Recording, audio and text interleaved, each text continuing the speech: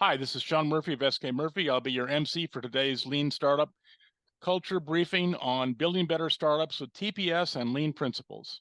The key takeaways today are understanding TPS principles, waste reduction techniques, fostering a culture of continuous improvement, and real-world success stories. We're fortunate today to have Olivier Larue, president of Ydatum, a consulting firm which partners with public corporations and private equity clients in operation design and management.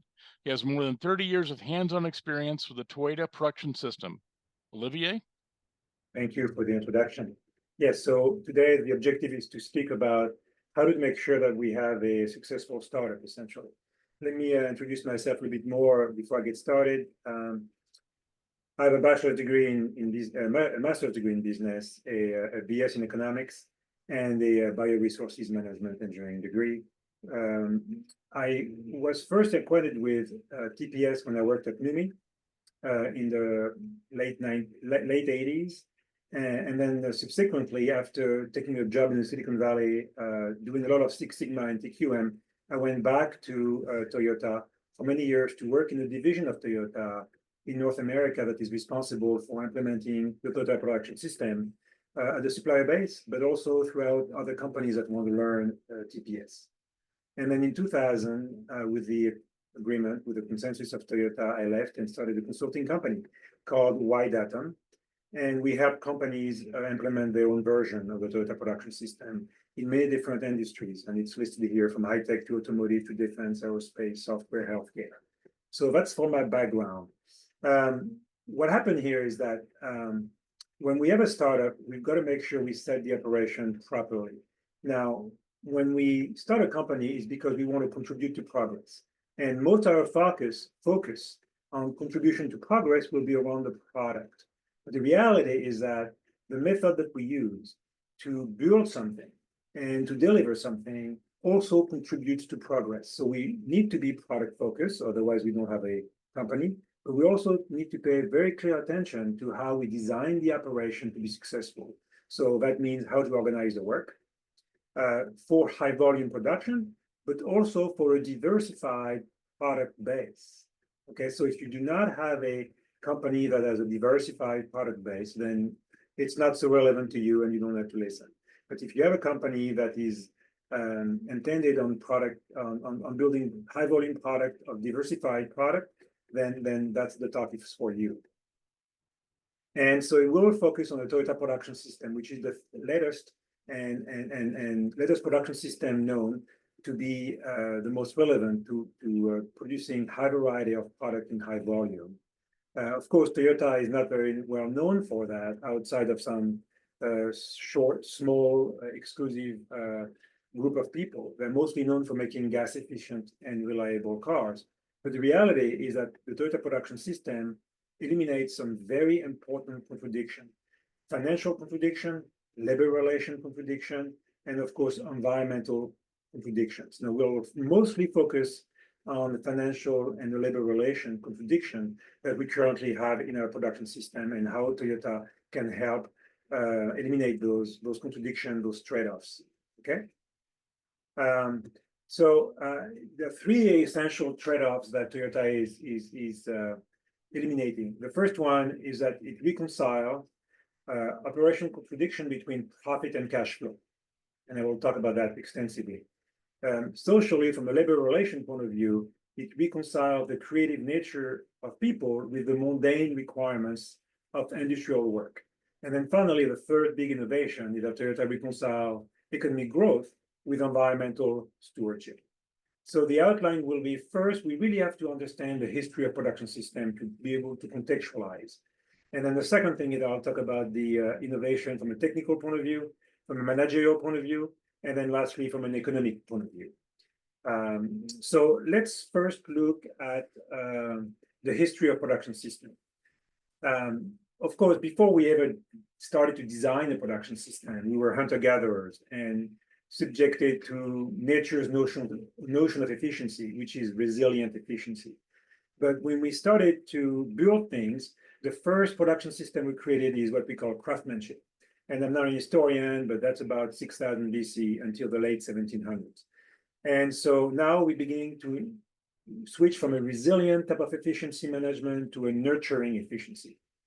It's much better than being subjected to nature, but there are some economic trade-offs that happens. Operationally, we see that we have flexibility to build product almost customized, but it conflicts with availability and affordability of product. We can make product, but not in high volume, and they're very expensive. Socially, it's very humanitarian because it's based on people's skills, so people forward, but it's also socio-economically rigid because of the guild rules. And on the environment, it's basically not a big impact on the environment, but we still have a society that is dealing with famine and scarcity. So in the late 1700s, we switched from craftsmanship to the mass production system. So first we designed a few products, and now we are learning how to produce them in mass, okay? So efficiency increases, and we switch from nurturing efficiency to individual asset efficiency, focus on machines, essentially. It's a much better production system, but still there are some trade-offs. From an operation point of view, we now have availability and affordability of goods, but now it's conflicting with flexibility. And I'm sure you've all heard about, you can have any car you want as long as it's black, Henry Ford, right? From a social point of view, now the machine becomes the most important asset. Labor takes a back seat, and we see a dehumanization of work, okay? Now, those two things are very important because from a flexibility and availability of good point of view, okay, we see the birth of big financial instruments and the world of financial that we have today, and that's because of what happened then. And on the dehumanization of work, we are now in the geopolitics that we have today. So environmentally, however, we see that we have improvement in living standards, we have abundance of goods, but we have now an unsustainable level of pollution, okay? So this production system, the mass production system, is still dominant today, and it's mostly the result of technology. Now, in the late 50s, we see the birth of a third production system, the Toyota production system. And the reason I call it the third production system, because craftsmanship, we learn how to do things. We go from hunter and gatherers to craftsmanship by learning how to make things. Then from mass production system, we learn how to make things of unified product in high volume. But the reality is that the market is calling for diversification of products. So now we have to learn how to make products in high volume, but in a diversified manner, many different product varieties. And so the Toyota production system is better adapted to this. Okay, and we switch from individual efficiency to what we call total efficiency, with the idea of eliminating trade-offs that we had, contradiction that we had in the past, in the previous production system. So from an economic point of view, now we're able to reconcile availability, affordability with flexibility. From a social point of view, there is a rehumanization of work. In other words, we introduce a level of craftsmanship and expertise in the work that restores a level of dignity of work. So how to restore that and how to introduce craftsmanship in an industrial setting is a major innovation. And then environmentally, of course, it's the idea of being able to reconcile economic growth with environmental stewardship. So this production system is mostly humanitarian and based on humanistic principles. So this is kind of the background of why it's so important we talk about this. If you have questions, you can stop me anytime, okay? So let's talk about the Toyota production system in a bit more detail now. There are three big elements of the Toyota production system, but all three are necessary so that we have a successful implementation. There is the better known technical and managerial elements, and the lesser known philosophical element. But the philosophy is basically what supports the technique and the management. So from a technical point of view, it's about eliminating waste, also what we call overburden and unevenness. But generally speaking, we say eliminate waste. And it's about producing one by one, on demand, zero defect, 100% value added, and in sequence. So those are basically kind of the image of what the technical aspect of eliminating waste looks like. Managerially, it's about physical safety and mental safety. Now, physical safety is pretty well known. Every company, you don't have to have the Toyota production system to be physically safe. Although, I may say something today, our administration is still trying to fight for regulation on heat-related activities in the workplace. I just learned today, listening to the radio, that there is no federal regulation, and only 5 states in the entire US are regulating heat in the workplace, which is so physical safety, we still have a way to go, I suppose. But it's also about mental safety and the idea of a job well done. So mental safety refers to 2 different things here. It refers to the idea that, first of all, Toyota has no layoff. It's not a policy, but it's a practice. So Toyota, whether it's because of economic downturn or because you made an improvement in the operation, you're not going to lose your job, okay? And it's also the idea that once you complete a task, you're not worried about whether the task has been done properly and whether you're making a defect. Okay, so this is the mental safety side of it. And then managerially, it's all about human development. Since there is no layoff, then you look at your active, which is the most important one, and that's the labor. So you have to develop your people. And the last one is teamwork, because in an industrial setting, the idea of working individually, it doesn't work. We have to have teamwork because nobody can do the work, all of the work by themselves. And then so there are 4 very important philosophies with 4 sub-philosophies that I need to talk about.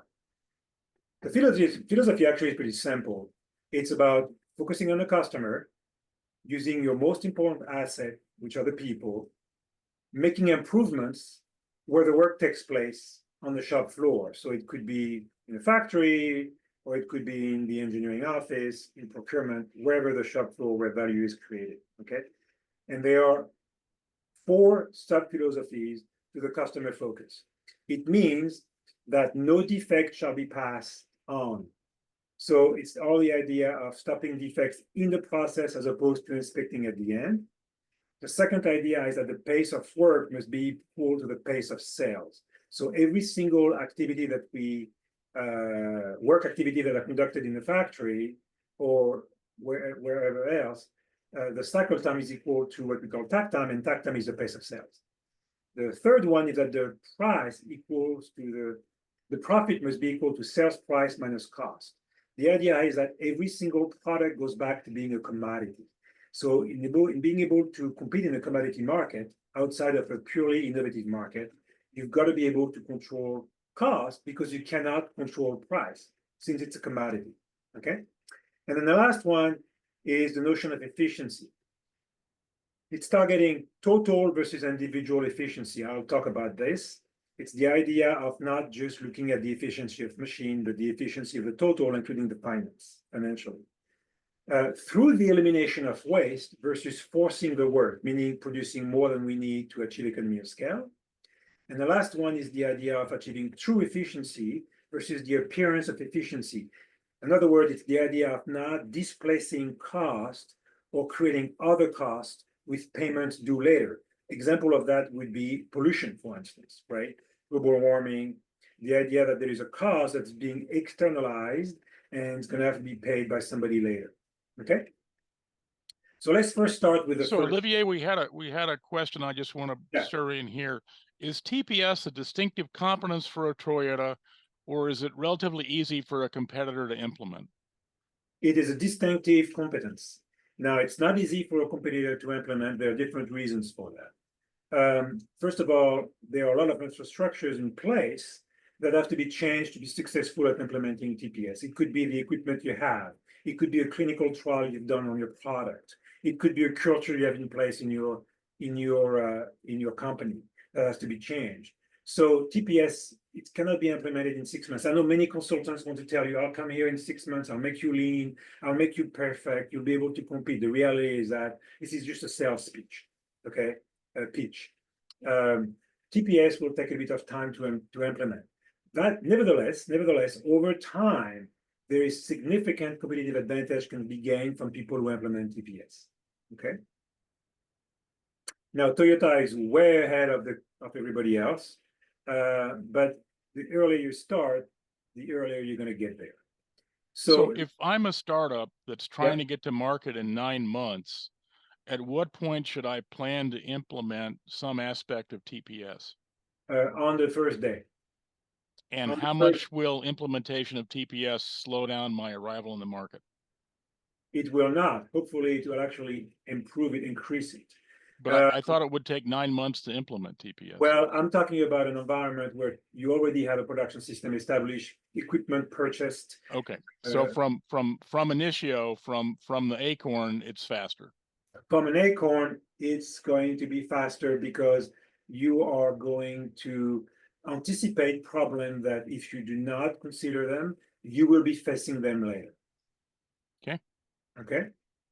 So let's put that in perspective, actually. Very good transition. When you run a company, there are three important financial statements you have to pay attention to. One of them is the income statement, the P&L. It looks at your revenue and it deducts your cost, and then basically you have the profit.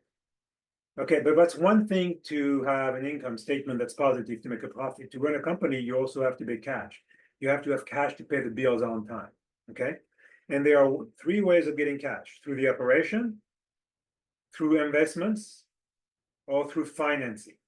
Okay, now the most efficient way to get cash in a company is through operation. In other words, you buy some stuff, transform it, sell it. That's what cash from, and then you have revenue. That's what cash from operation looks like. Okay. Now, if you do not have that short lead time that allows you to do that, then you have to go to financing. And at that point, the balance sheet is important because the bank is going to want to know, what are your assets, your liability, your equity, and then how much they can give you money. But it's not free. You're going to have to pay. You're going to have interest rates on this. Okay. So those three financial statements are very important. So now, how do they relate to the framework of the Toyota production system?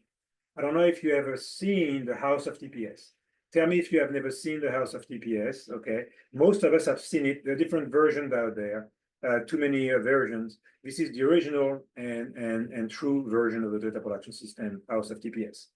And it starts with the goal. The roof are the goals of the house. It's the highest quality, the lowest cost, and the shortest lead time. And it's not one at the expense of the other, but all three simultaneously. And let me explain to you why. Because from an income statement point of view, highest quality is required for you to sell a product. If you do not make a quality product, you will not sell a product. Nobody's going to buy it. You have no revenue. So in TPS, quality is much more of a revenue problem than an expense. It has to have the lowest cost because if you have no low-cost production, then you cannot make a profit against your sale. So the highest quality and the lowest cost, they are not incongruent. They have to be congruent. They have to work together because they match the financial statements. And then the last one is that once you make a profit, you also need cash to pay your bills on time. So the short production lead time, whether it's a production lead time or a product development lead time, or a machine design acquisition lead time, your lead time has to be short. Because if your lead time is long, you don't get cash. And then you have to go to the bank. And then now cash is more expensive. Okay? So that's the context. So the context here is the idea of total efficiency, not just quality, product performance, but also your cost in your operation and the lead time for your cash. Okay? So let's contrast that against the mass production system, the traditional mass production system, which we tend to implement because it's the default that we've learned in universities. That's the default everywhere. Okay, the current production system, the mass production system, is focusing on reducing individual asset cost through batch operation to achieve economy of scale. Okay, so what does that mean? Is that when you design a process, you typically isolate your processes by function, which requires conveyance. But conveyance is expensive, so we end up conveying batches. Similarly, once we have more product variety, we end up having to change over on the equipment. And so we don't want to change over because that costs utilization. 1 second. And so again, we make things in big batches. The problem with batch production and conveyance is that it's good for profit, but it increases your production lead time. And therefore, when your production lead time is long, you have to have inventory to support it. And that inventory ties up your cash. So in a traditional mass production system, income statement or profit and cash flow constantly, all the time, conflict. And that's a big problem for startups, because very often startups have good products, but they end up not being successful because they run out of money, because they've got too much cash tied up, because they've got too long of a lead time. Okay? So it's not the only problem, though. The other problem is that when you have a lot of lead time, a lot of inventory, you hide problems. They are hidden in your inventory, right? And so instead of addressing the problems quickly, they tend to be hidden and they tend to accumulate and get bigger. So to make up for those problems, low yield, whatever that may be, you have to have additional capacity to make up for those problems, to increase production output. But capacity costs money, right? So what happened is that we want to make more to make up for problems. But when we make more to make up for problems, we make more of everything. All of the problems we already have in greater quantity, more waste. Does that make sense? Okay. So one question, when yes. you consult with startups, what does the inventory concept map onto? Well, so let me come back to that in a second, because I do have a slide for that in Okay. terms of the solution, okay? But I think I have to arrive at that. So the result of this production system is that you end up overproducing, making lots of defects, going to the bank and having debt, let alone pollution, okay? So it's more of the appearance of efficiency than actually true efficiency. So how do we go about trying to fix this? All right, well, below the goal of the house of TPS, there is a technique, which is the how. And the how is about implementing what we call just-in-time and JIDOKA. So JIDOKA is more relevant to the income statement because it's really about stopping and notifying a problem when they're small to solve them quickly. So it's about improving the process. It's also about separating the cost of man and the cost of people and the cost of machine. Okay, so separating man from machine work, because labor is very expensive and so are machines. And if they do the same work, which they always do, it's always happening. Okay, in other words, we have people waiting, doing nothing while the machine is working.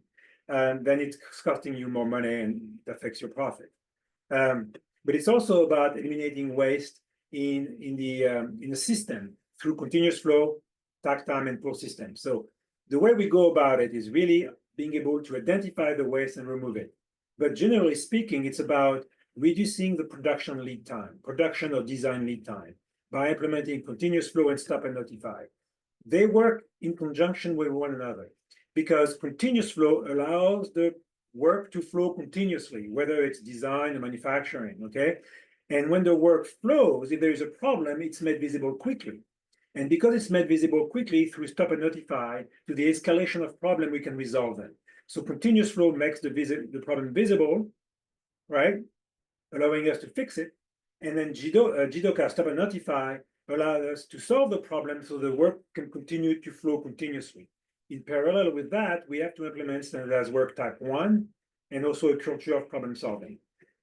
Okay, once we have reduced the production lead time, we can begin to implement what we call takt time and the proper allocation of resources. The big problem with the mass production system and long lead time is that you have to build a forecast. You constantly have to guess ahead of time how many resources you have to have. But when you have a short production lead time or short design lead time, you can allocate the resources more effectively because you have visibility, right? So now you are really addressing cost. Okay, and then you can implement what we call the pull system. And that's the idea of reconciling your design or production lead time with the lead time of the customer. If you make to order, you don't need inventory, that's fine, as long as the customer is willing to wait. But if the customer is not willing to wait, you've got to have some level of inventory, and to minimize this inventory to support your cash flow is very important. Okay, and then finally, the last step is to reconcile the rate of supply and the rate of pull so that there is zero inventory. In other words, reconciling offer and demand instantaneously. So now, answering your question a little bit more precisely, Sean, what are the things we have to think about during the design phase very, very early on? How do we co-locate processes? So continuous flow, there are 4 elements: co-locating of processes, zero changeover time on product variety, and a single pace of production. So when you buy a piece of equipment, for instance, right, how do you commonize some of the jigs, some of the fittings? How do you commonize a piece of equipment so that if you have product variety, it's not going to cost you a changeover, a downtime, a delay, and a batch production that increase your production lead time? Okay. On stop or notify, how do you make sure that you've got clear specification to make problem visible and escalate them very early? Using the concept of checking quality, not at the end of the process, but inside the process, okay, while you are producing. So when you talk to your design engineers, when you have a conversation with them, asking those kinds of questions is extremely important, because once the product is designed, once the machine is purchased, it's too late. You've got a sunk capital and a sunk design, and you can't go back, okay? Continuing a little bit more in terms of the takt time, right? How do you make sure that you design equipment and you design product where the product can be decomposed to its greatest? In other words, you have to be able to assemble the work in very small elements of increments so that you can flexibly design a production system for the demand that the customer wants. Let me give you an example. Let's say the customer wants a product every 15 minutes. That's your pace of production. This is your pace of sales. But let's say you've got, for instance, a step in the process that requires 30 minutes of work. Well, now you've got your cycle time of work in contradiction with your pace of sales. And therefore, you have to have multiple workstations, maybe multiple machines. Now you're introducing complex flow, and complex flow creates inventory. Inventory ties up your cash, hides defect. So there are a lot of questions that needs to be asked very early on, okay? I'll give you more example again after that. On the type of production system, for instance, a pull system, A type versus B type, make to order versus a make to stock. How late do you want to differentiate your product in the manufacturing process? Do you do it earlier or do you do it late? If you do it late, it means that you will have less inventory against the lead time of the customer, okay? And then finally, from a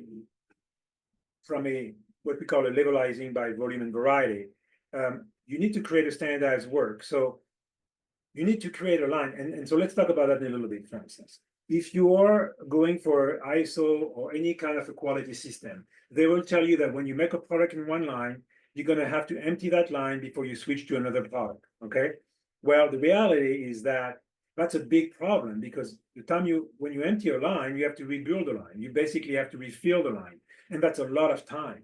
So the idea in the Toyota production system is that we can produce product variety on the same line, one by one after the other, to not lose lead time, okay?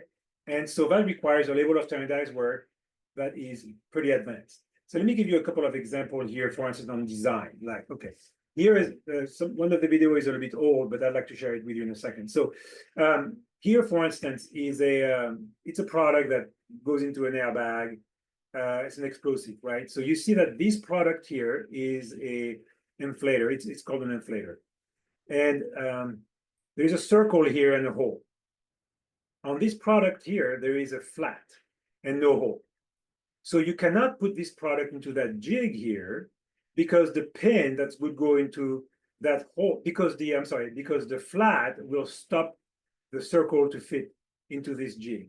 Here, this one would go into this one, except there's a pin that stops it from going in. So basically, you are building into your process at the work level how to guarantee quality. Other example of that would be, different screws, screw size, the position of the light curtains on the assembly, maybe also some MES software that does not allow you to move forward without some answering questions, different size hoses. Here is a very interesting example. Let me ask you a question here. I'm going to share that video. See, this is a case where this machine has been designed, and it's a bottleneck. It's a bottleneck because a lot of the product is stagnating before the machine. So let's look at it.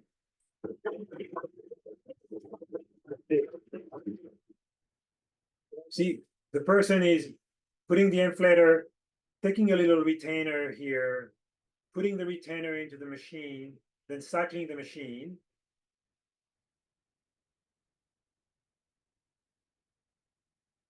and then unloading the machine. Okay, we can look at one more. Can you see? Can you see? Okay, give me a thumbs up if you can see. Okay.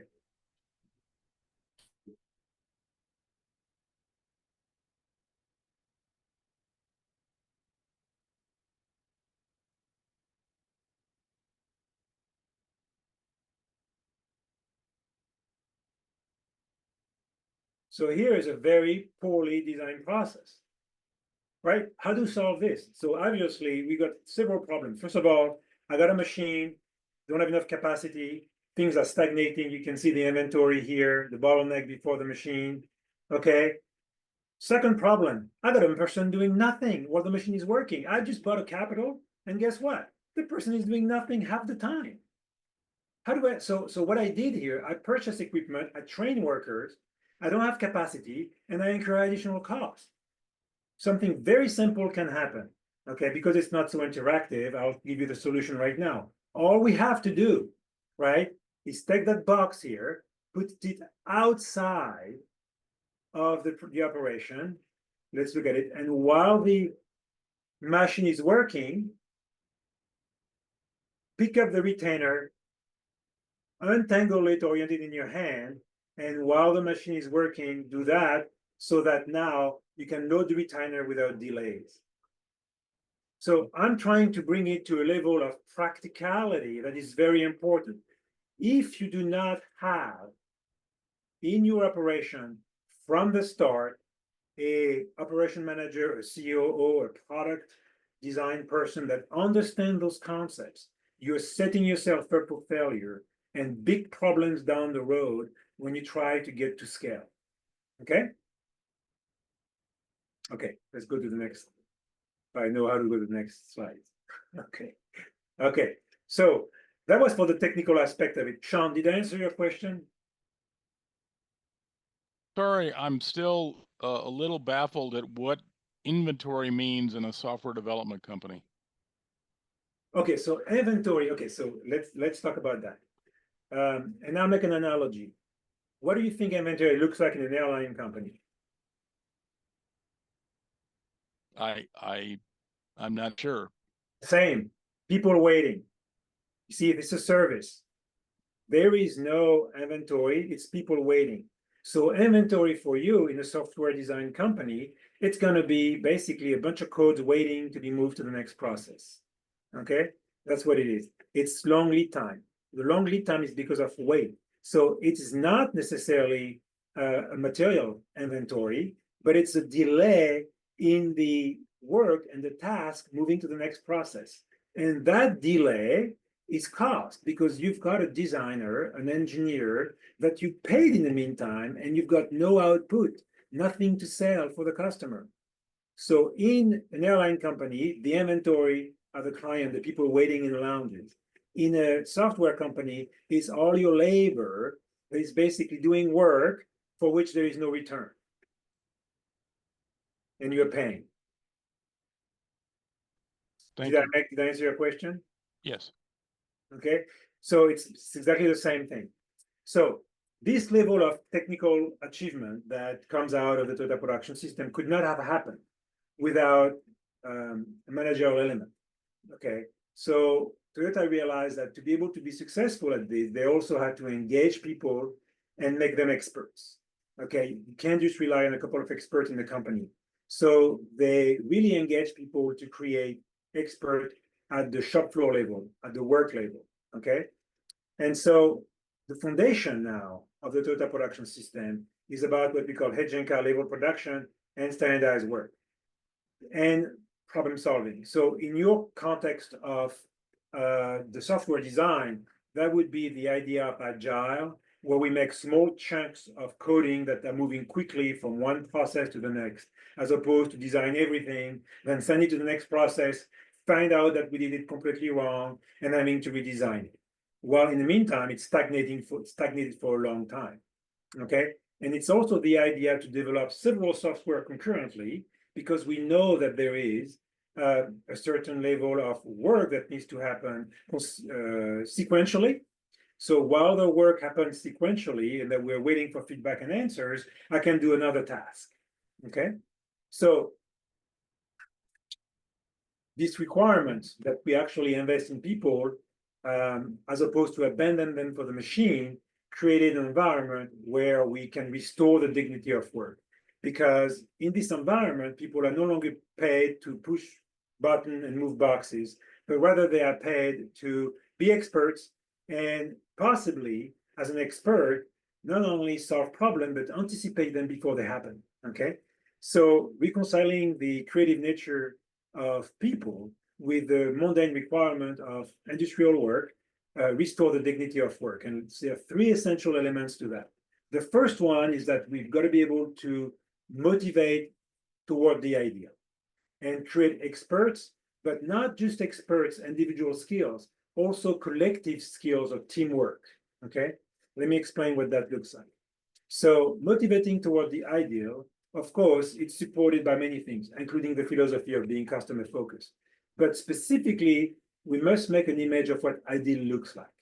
And so from a technical point of view, the ideal image is that we process things without waste, 100% value added, one by one, as opposed to in big batches, small increments of work, on demand when it's needed, as opposed to forecast ahead of time, in a sequence in which it's needed, and without defect. We don't pass defects from the process to the next process, okay?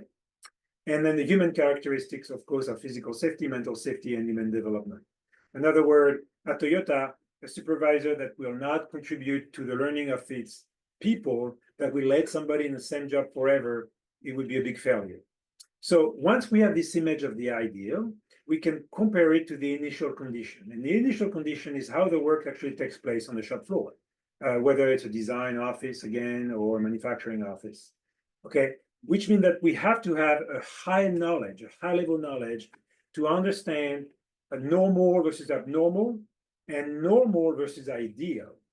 And automatically, once we have that capacity to diagnose, to make a diagnosis, okay, we can see the gap, because it's part of human nature to be able to understand the gap between what should be, what's ideal, and what is. And then once we understand, we recognize that gap, the problem we have against what's better, then we can go ahead and close that gap through very specific steps. The idea here is to go see where the problem is, not just ask about it, to confirm by yourself, okay, to learn more about the problem, to do it extremely frequently, okay? We have to live where the work takes place, okay? To do it rapidly through small experimentation as opposed to big experimentation that costs a lot of money. And we have to follow the scientific problem-solving model, which is PDCA. We have to do it very scientifically, okay? And so that's creating the image of the ideal, motivating toward that ideal. From an expert builder point of view, we have to create what we call standardized work. And standardized work, the big difference between standardized work and work instruction is that standardized work combines three things, but essentially two big things and a third one. Most of the time when we create work instruction, we tell people what to do, maybe in what sequence, and we leave it at that. But the reality is that the way the brain works for us is that if I tell you, let's have a meeting tomorrow, automatically you're going to tell me, okay, meeting tomorrow, where and when exactly? I'm going to have to give you time and place. Work cannot happen effectively if we do not indicate the time and the place. This is the dimension we work in, okay, 4-dimension, location and time. There's a third element of that, which is what we call standard in process talk, but it's probably too much for this presentation here, okay? So the idea here is that the work instruction has to be extremely precise, not as a standard that's validated, that cannot change, but rather as a dynamic way of doing the work, the most efficient way of doing it, considering safety, quality, and efficiency. Now, this happens at the work instruction level for one task, one cycle of work, but the same thing applies to work that flows across departments. So across department, that's usually called the value stream mapping or the material information flow. It's the idea that the supervisor or the manager has to understand how work flows across in a standardized fashion across multiple departments. And then those two things here are responsible for making problem visible. because any deviation from this is an opportunity to improve. So if you are going to make problems visible, right, you've got to have the skill to solve them. So you've got to be able to teach your people how to follow the scientific problem solving. And that's first to find the point of cause, the place and the time when the problem happened, which is a lot easier to do when you have standardized work and value stream mapping. And then eventually the root cause. Now, this is not the job of just a consultant or somebody dedicated to this in the operation. It's everybody's job. It is the job of the frontline leader. Everybody must be an expert at what? At doing the work, but also how to instruct the work. Okay? So that's about building expertise. So we got to motivate toward the ideal, clear image of where we're going, build the expertise in the workers, and then lastly, we have to build teamwork. Because in any environment, in any large-scale environment, okay, eventually you'll be a large-scale environment. Work cannot happen just by one person. So what needs to happen here is that we must have little teams with a team leader that has all the expertise of the team. The way Toyota is structured, actually, whether it's in manufacturing floor or anywhere else, is pretty much overall a ratio of 1:4, where the team leader is responsible for 4 workers and the group leader supervisor is responsible for 4 team leaders. Now, people are going to say the ratio is way too small, right? But the reality is that at Toyota, the labor efficiency, the direct labor efficiency of people is 98 to 99%. When you put a team leader in there, it's about 78%. Now, 78% average labor efficiency in North America is twice the efficiency average. And when it comes to product design, or when it comes to software design, it's 4 times the efficiency average, 4 times in the base case, okay? Not only it's more efficient, but on top of it, you are able to solve problems during work. Because if somebody finds a problem, let's say on the assembly line, but it could be somebody that finds a problem in the coding, okay? Right away, they have to call the team leader. And the team leader is going to come and help and fix the problem within the cycle of work. We double the capacity at the point of problem to not lose time. Very, very few companies are able to do that. Not only fix problem, but let alone during work. Most companies have to shut down and fix the problem or keep working and delay solving the problem, okay? Second, the work has to be decomposed because in a continuous flow environment, we do work in small chunks of cycle time. So there are a lot of points of interface between the people. And if we do not pay attention to the point of interface between the people in terms of quantity and timing and quality, then we create lots of delay and chaos, okay? So teamwork is extremely important. The 3 elements of the managerial is going to be, to summarize, motivating to a clear image of the ideal, building the skills that are required through standardized work and problem solving, and then third, spending a lot of time making sure that we know how to work as a team, okay? So to contrast here between the Toyota production system, for you guys that are software developers, Agile, but Agile is very good, but it's very much of a, it's very difficult to learn Toyota production system very deeply from the people who created it. And the reason is because, first of all, it takes a long time to learn it. Those skills are very difficult to acquire on the job. And second, there are not many environments where you can actually learn them. So a lot of people end up reading books, but it's not the same as actually experiencing it, okay? So the big difference between the current production system we have and the Toyota production system is that the mass production system focuses on individual efficiency through forcing the work, meaning building things ahead of time in big batches. And oftentimes it creates the appearance of efficiency. Toyota production system instead favors total efficiency, not an asset or a machine, a person, or maybe a financial indicator at the expense of the others, but all of them simultaneously, congruently, through the elimination of waste, not achieving economy of scale by making more, but by reducing the input. And the idea here is that we achieve true efficiency. So beyond the idea of being able to reconcile profit and cash flow and having a workforce that is more engaged in solving problems and participating, there is a third advantage, which is about the environmental pollution. I don't know how relevant that is to you, but I'll spend a second on that, if I may. Okay, stop me if you don't want to hear it, but there are two ways of improving efficiency. One way to improve efficiency is by, with the same asset, with the same amount of assets that you have, people, machines, building, producing more. And that's the traditional way of increasing efficiency. Let's say that your input, your machine, your people is 100 units, okay? And your output increases over time. Then your efficiency is going to increase, okay? The problem with this, though, is that it's not according to demand. It only works in one case, as long as you have a growing economy, a growing environment. But we know that the economy doesn't always grow. We know that competition arises, that you can be facing some low period of growth because of product development, because of recession, or because of competition.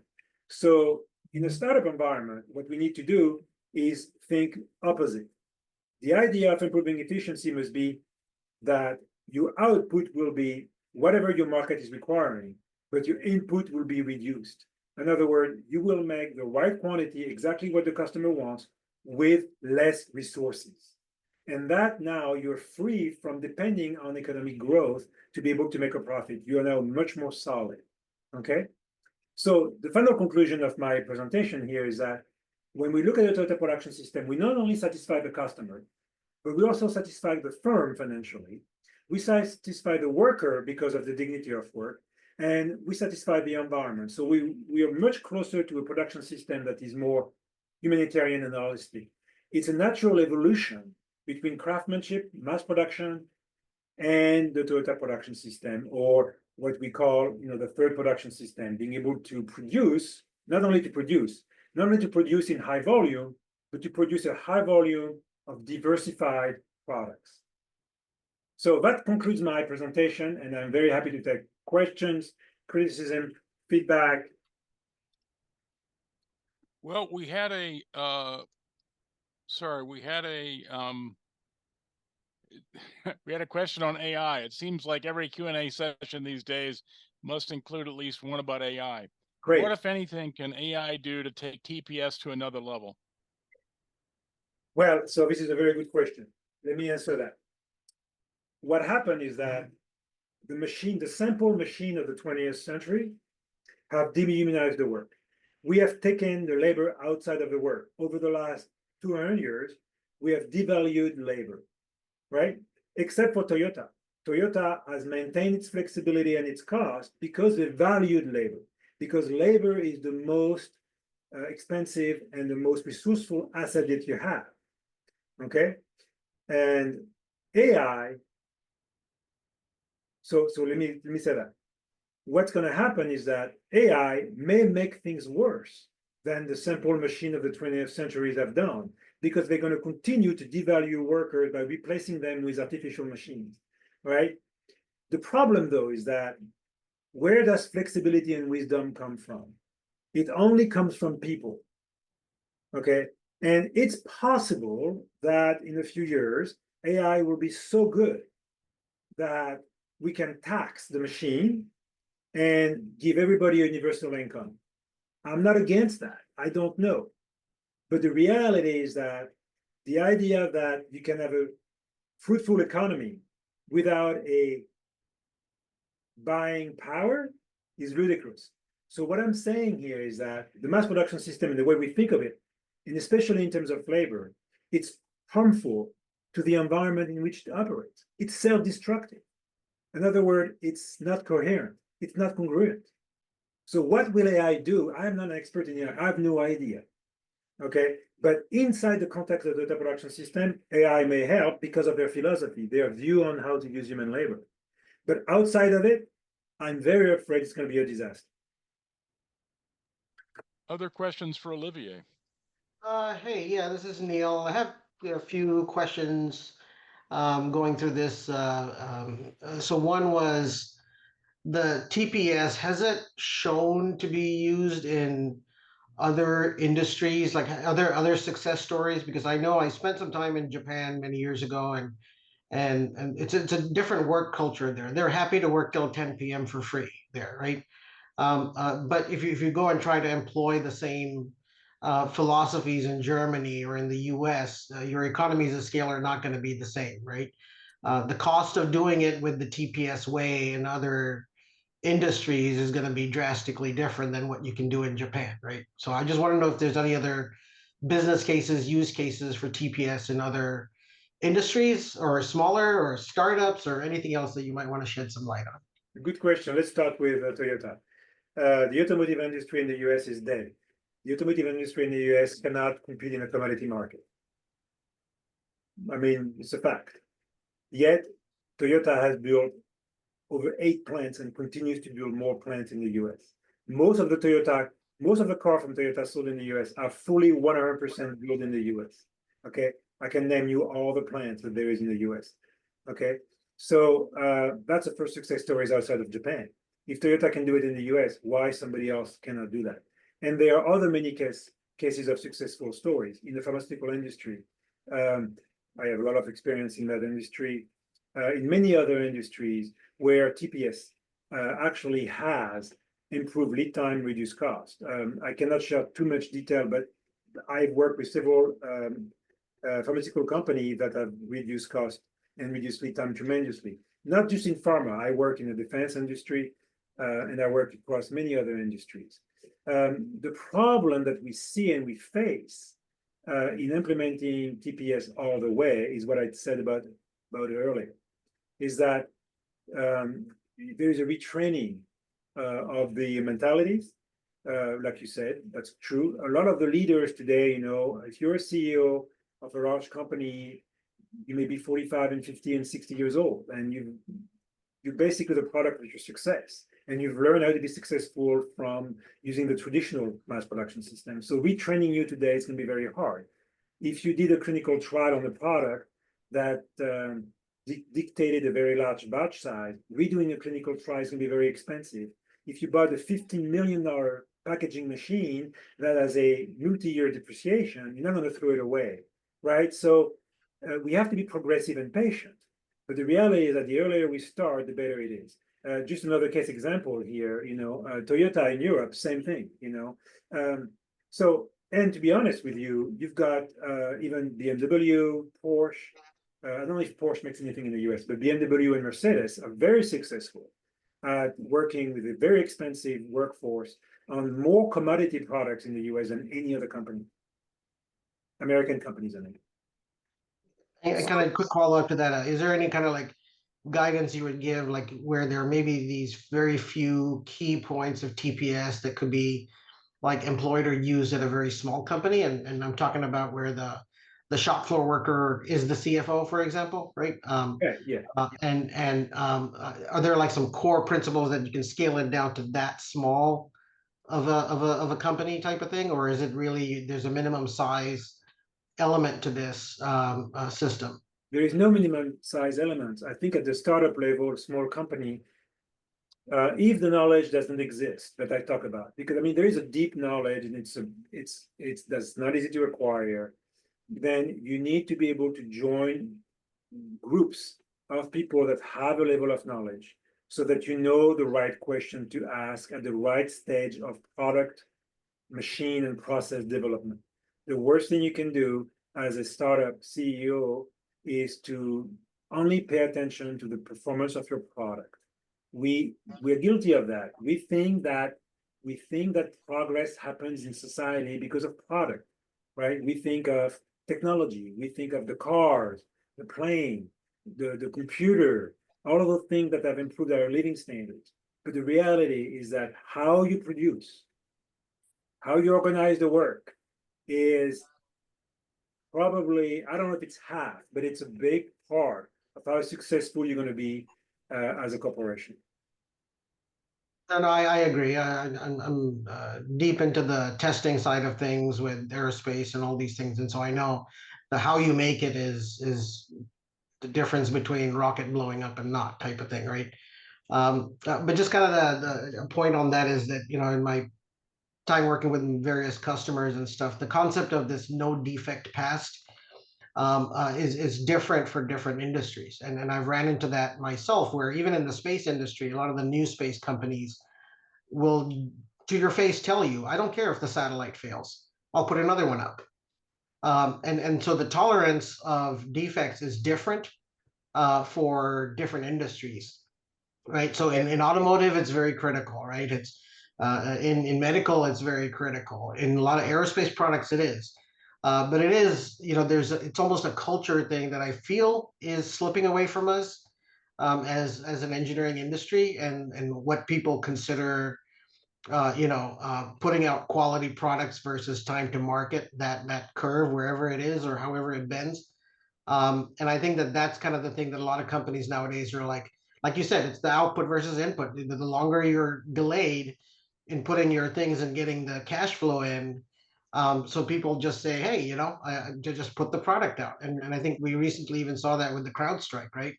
Right. Just put the patch out, right? Just go. I'm sure they cut. There's only one failure there, and that's the failure of QA, because there's no way they shouldn't have caught that, right? Well, I mean, let's take the example of Boeing, right? The 400, right? I mean, now we essentially have a self-regulated monopoly that wanted to put a product out before it was ready, and the product is not flying, and the reputation is destroyed. So you've got the guilty people that are short-sighted, and typically it's going to bite them later. Yeah, and that's the thing that I also, being in the testing industry type of thing, we do software for data analytics and testing and manufacturing and stuff like that. So it's most of the people who've been around enough can respect that, right? It's like these new space companies who haven't really been burned yet. Yeah. How good do you want to be? Type of thing, right? The reality is that is how good do you want to be? Who wants to fly Boeing today? Yeah. How good do you want to be? That's right. That's the bottom line. It doesn't matter if it's software or if it's a product. How good do you want to be? Yeah. Awesome. Thank you for your questions. Any other questions? No, I'm good. Well, thank you very much. It was very interesting. You're welcome. Thank you. All right, I think we'll break here. Thanks for coming.